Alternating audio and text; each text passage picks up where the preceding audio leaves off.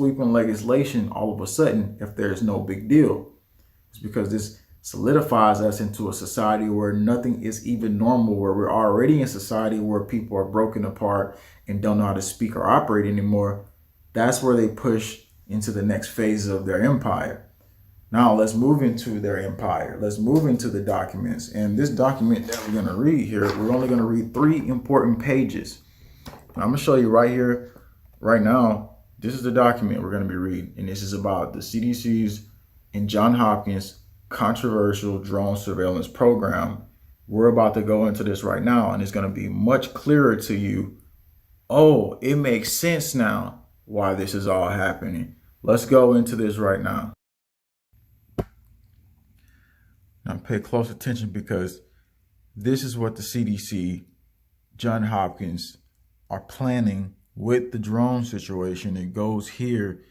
Once you understand this, you get it. Page 22. These vehicles can carry a range of payloads and perform a wide variety of functions depending on the specifications and purpose of the particular unit.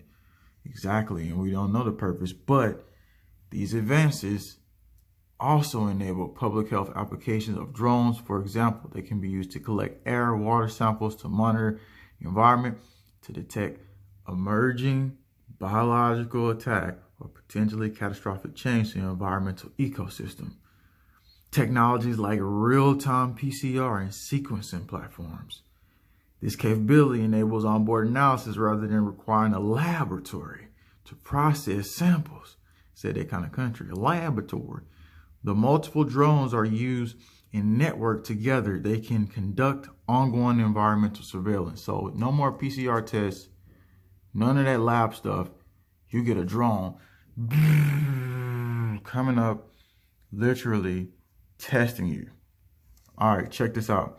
A deliberate aerosol release of biological agent or disruption to critical ecosystem could potentially go unnoticed until effects were very harmful or even irreversible, which is if stuff is being dropped in our atmosphere from drones, we haven't confirmed it, we wouldn't even know how harmful it is. You see why that's dangerous? With drone technology, this process could be largely automated to a degree that has not been possible, but extensive drone networks would leverage large swaths of land and air and sea. All right, that leads us to phase 2. So phase 2 is what will they do and how will they deliver the assets needed. And then phase 3, we'll get to that. That's going to be about what are they actually using on us. So these vehicles can perform a variety of functions. We get it on the particular unit. Let's go down here. The recent availability of commercial off-the-shelf drones has facilitated an increase in their use in professional settings, leading to expanded roles for drones and drone operators during emergency responses, because this is where it's going to be used at once they pass that legislation, if they do. Expanding on the scope and capabilities of these kind of programs could allow for expanded range and payload for delivery and transport systems. So this will be the transport that will phase humans out. Another significant advantage of using drones during infectious disease outbreaks, particularly those with global catastrophe potential, is that they remove humans. You see that? Remove. You don't want your help anymore. And it says from the affected environment and reduce or eliminate the potential for exposure to deadly pathogens. So they're going to play the savior with these drones. And they're going to say, well, this is why people shouldn't be involved, because you get more sick and because you. So this would be the news PR rollout. Let's go down. It says, by reducing the risk to responders and the broader public, drones could reduce disease transmission without cutting off affected population from clinical care, laboratory diagnostics, or services, particularly in areas which is not possible for humans to operate safely. Phase 3 is one of the most important phases: self-spreading vaccines. So phase 3, by far, one of the most important phases. Listen really closely here. This one is on page 45. Self-spreading vaccines, also known as transmissible or self-propagating vaccines, are genetically engineered to move through populations in the same way communicable diseases.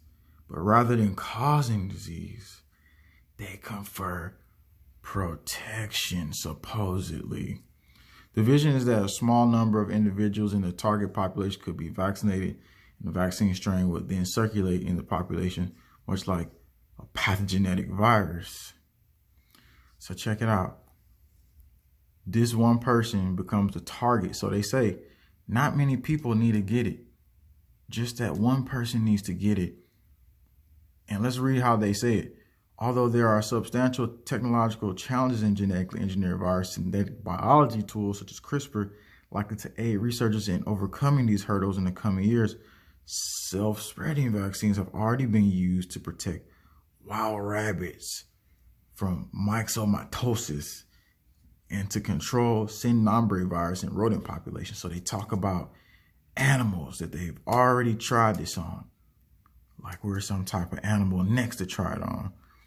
In the event of grave public health threat, remember those words, because they'll use those words in the PR campaign on the news. They'll say, this is a grave public health threat, because they'll need that word to enact this.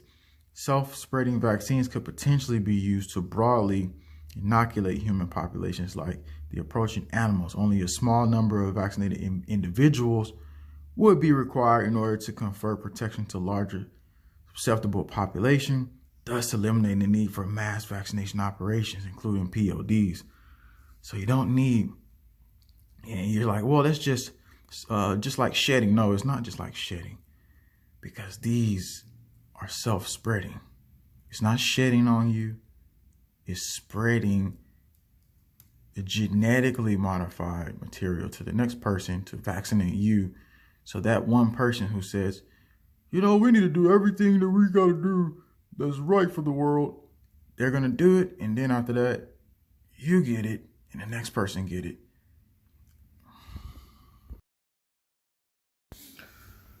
So listen, I put the video camera the wrong way. All right, so this is the storyline right here. What's important here for you to know is that I created the ebook for scenarios just like what we face in an educational way. And it's up to you to get that information, to find that information, and to consult whoever you need to consult when you look at this information. And understand that the emergency guide is for a backup scenario. That link will be in the chat section. From the last 7 years, we've researched everything possible. And we've even, with our own family, have been telling them certain things and helping them out in these processes. But the thing is we want to end it on this note, because all of us are in this scenario together. And the more powerful we are, it comes from within. And like I said, I got a call the other day that my mom and dad was in the car crash. But the miracle about the story was that when my dad got the CAT scan, he found out that supposedly they got hit so hard from the back that he had a broken neck on the CAT scan. But my mom says, look, we're just going to pray about this.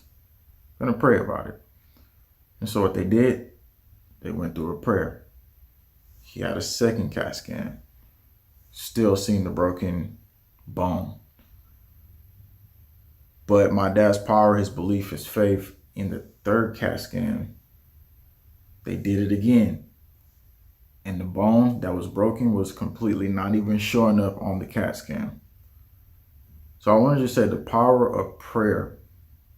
Thank God, the power of prayer is super underrated. And it's something that we should carry with us no matter what.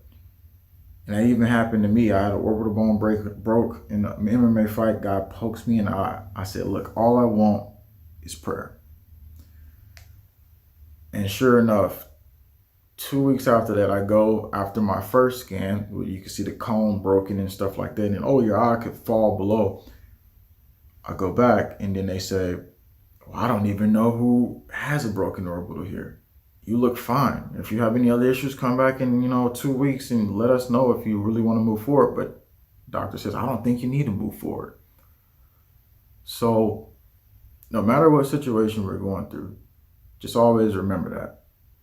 And always remember, whatever you do, carrying that is not letting that fear seep into your soul, that undying belief in that, just not questioning and saying, look, it's done. We will be all right. We'll make it through this. It's important. Educating ourselves and knowing the steps for all of this is the way. And that's why we've done this. This is so important for you and for your family. And this is why I got this information out to you. So anyway, the link, once again, is in the chat section. It'll be in the comment section below. And please make sure you tell everybody about this and alert them so that they know what's going on. Thank you for tuning in.